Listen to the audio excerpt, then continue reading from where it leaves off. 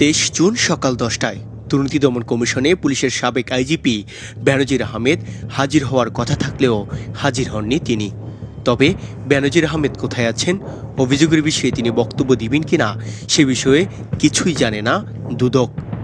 তবে দুদক বলছে আজকের মধ্যেই হাজির হয়ে অভিযোগের জবাব না দিলে দুদকের অনুসন্ধানী টিম পরবর্তী ব্যবস্থা গ্রহণ করবে।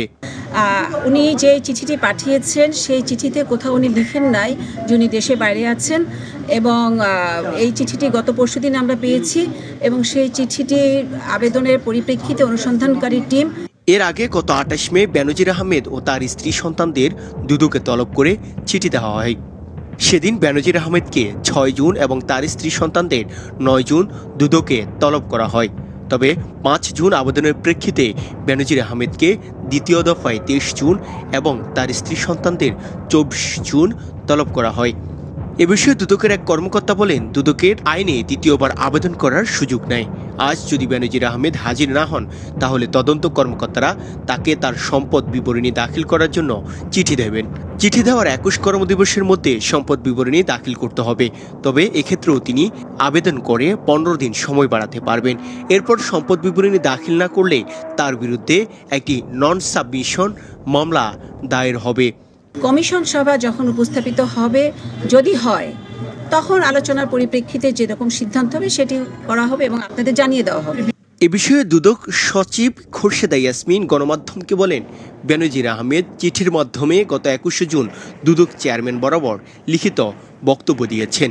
এবারে চিঠিতে নতুন করে সময়ের আবেদন করেননি।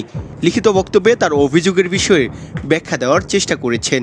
উনি দেশের বাইরে বা দেশে আছেন এই বিষয়টা আমি কিন্তু একবারও বলিনি।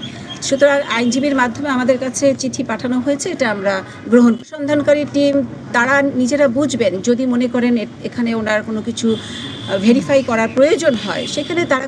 বিভিন্ন সূত্রের তথ্য অনুসারে বেনজির আহমেদ সপরিবারে বিদেশে রয়েছেন, এখনও দেশে ফেরেননি।